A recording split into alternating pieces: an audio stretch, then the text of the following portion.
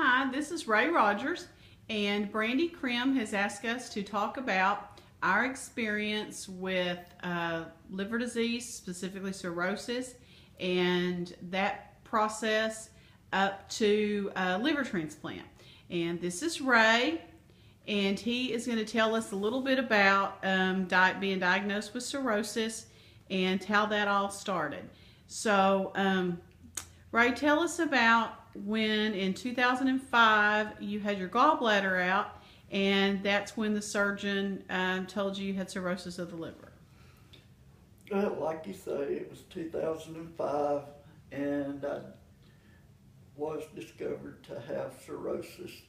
The first thing that I thought about was I had drank too much in the earlier years, and so that's the only thing that I ever knew about cirrhosis.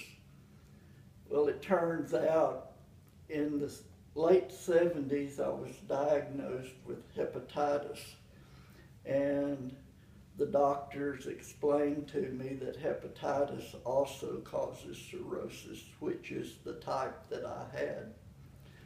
And at first I was really shocked. I didn't know what to expect. I noticed that I was getting more and more tired as time went on.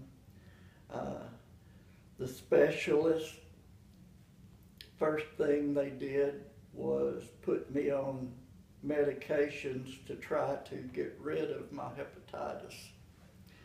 And after months of being on several drugs, they determined that the hepatitis wasn't going anywhere. And I was told that probably within 5 years I would need a liver transplant. So psychologically, I was really bummed out the first year or so. I noticed changes as far as my breasts were growing, my stomach was growing, and the exhaustion was really getting to me. And really there was nothing that could be done about it. I just lived with it and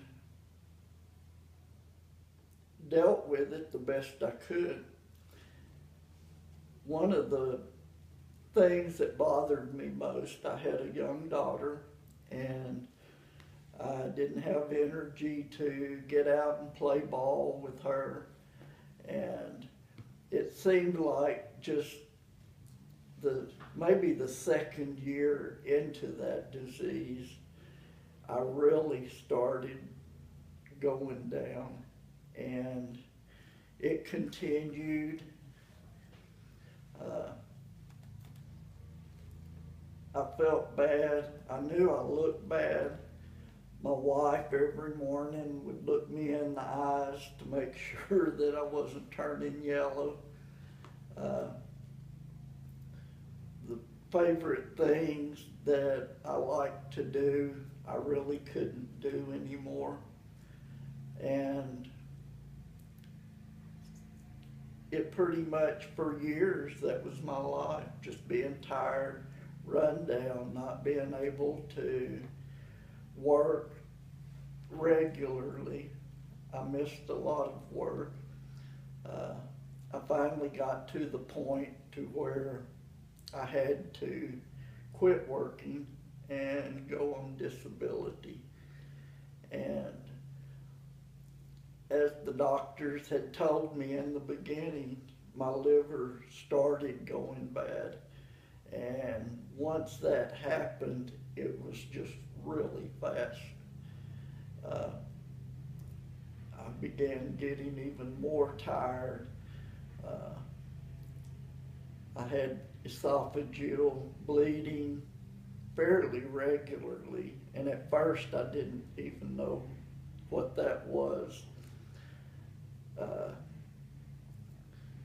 As I went downhill, I know it affected my wife and daughter and our other kids also. I wasn't feeling like doing anything with them. Uh, I really didn't want company around. I felt so bad. And it got to the point where most days I would just sit on the edge of the bed. I would cry a lot. Uh, I hurt all over. We had just bought a 2-story house, and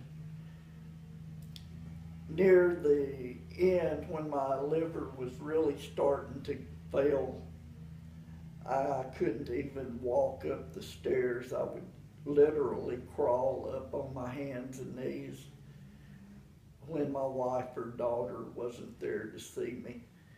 And it finally, they diagnosed me with liver cancer, and I got that cured, and I continued going into liver failure until my transplant in June of this year. And it made all the difference in the world. The original drugs to get rid of the hepatitis made me sick nearly 24/7. I would take my drugs on Thursday. I would have symptoms of bad flu through Sunday, and I'd go to work on Monday and do it all over again. Now the doctors tell me that they can get rid of the hepatitis with new drugs that are coming out, and in December I'll start the treatment on that. So far the hepatitis, even though it's coming back,